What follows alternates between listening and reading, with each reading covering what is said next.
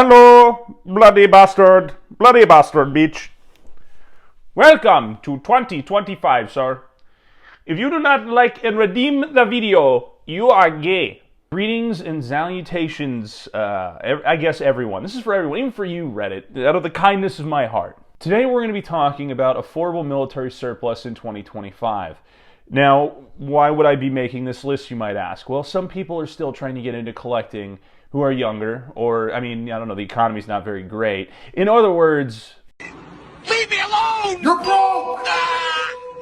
You're fucking broke! So the criteria of this list is just going to be very basic. It's going to be the shootable surplus pistols, which this year really is the year of the surplus pistol, and then rifles that are still affordable, not even really going into the ammo availability necessarily, but I will give anecdotes. And then, may God forgive me, I'm going to do a list on Royal Tiger guns that are worth working on because the alternative is paying $1,000 for a number 4 Mark I Enfield. So, affordable military surplus pistols. All of these are chambered in readily available ammunition. You can get these on pretty much any mainstream website, e-commerce store. And I will say this as well, like most military surplus guns, these guns can be had for even cheaper if you go to the right local gun store, if that makes any sense. So the first ones on the list is you got the Beretta. Beretta surplus has been a thing this year so far. You have the Beretta 84 that I've seen sold for $300 on Classic Firearms on a sale, and I think they're still around that. Might be a little bit more expensive now. You can get them for $350 in various grips and different styles on Atlantic Firearms, which I think is a really cool pistol to have. You have the M1934C, the Corto, which is like a 380. It's definitely a military surplus pistol. Got a little bit of cool Italian history there that definitely is worth the buy. And it's at a pretty decent price point. It's on the cheaper end of all these pistols. The Walther P1 is one that is a excellent option if you don't want to buy a wartime German P38, because those go for like $1,200 and up. They shoot really well. I love my P1. I have the French Maneurin version of the gun, which is slightly more expensive, but you can find these for $450. 500 like tops in terms of just a regular post-war P1, P38s. They're out there. Atlantic Firearms sells them. I think Classic may still have some up. Definitely worth the time. There is a lot of Czech firearms that are very affordable. Pretty much every VZ 50, 70, 82, 83, they're all like in this 250 to 350 category. I have a local gun shop where I find them routinely, and they sell them for like $200 flat. They're very fun shooters. Double stack 9x18. It's a cool gun. Definitely worth the money if you just have a couple of hundreds to throw away. Notice on the next slide that I have a M9 or a 92 FS looking thing up there.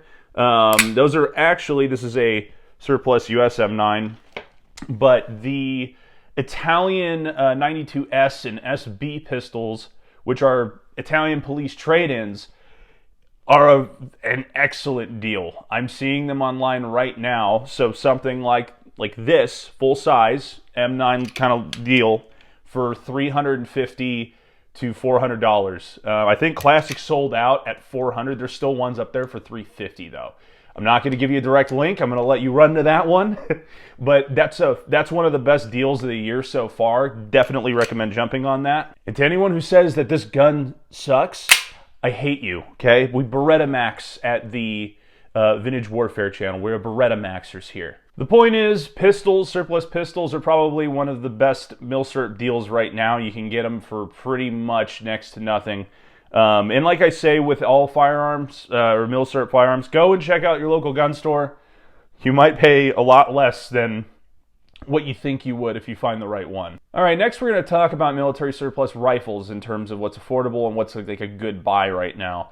I will say that the shootability of each of these rifles varies still. You know, it is what it is, but There are more options now. As an example, the Carcano, which is still probably the cheapest Milsurp rifle out there at the moment. There's a lot more options for 6.5 Carcano now. So on the bright side of things, there's more ammo available for those. So on the first slide here, we have the Swiss M1911s, the Schmidt-Rubens, the Swiss guns. Now, I have my own little thing about that. There are, right, like Royal Tiger Imports, as an example, is selling $400, I think it's like $399 right now, for a M1911 that looks good, good to go, excellent to good. I mean, these rifles weren't used a whole lot, and I think that these rifles are going to be worth more in the future, before the Milsurp bubble pops, when the economy collapses probably. I recommend getting one if you can.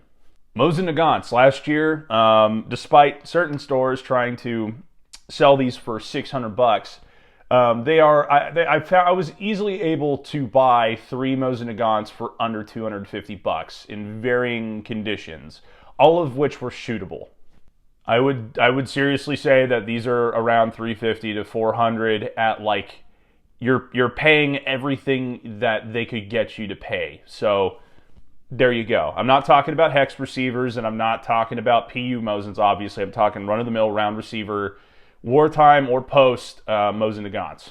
Now at the bottom there, may God forgive me, I'm talking about a Turkish gun.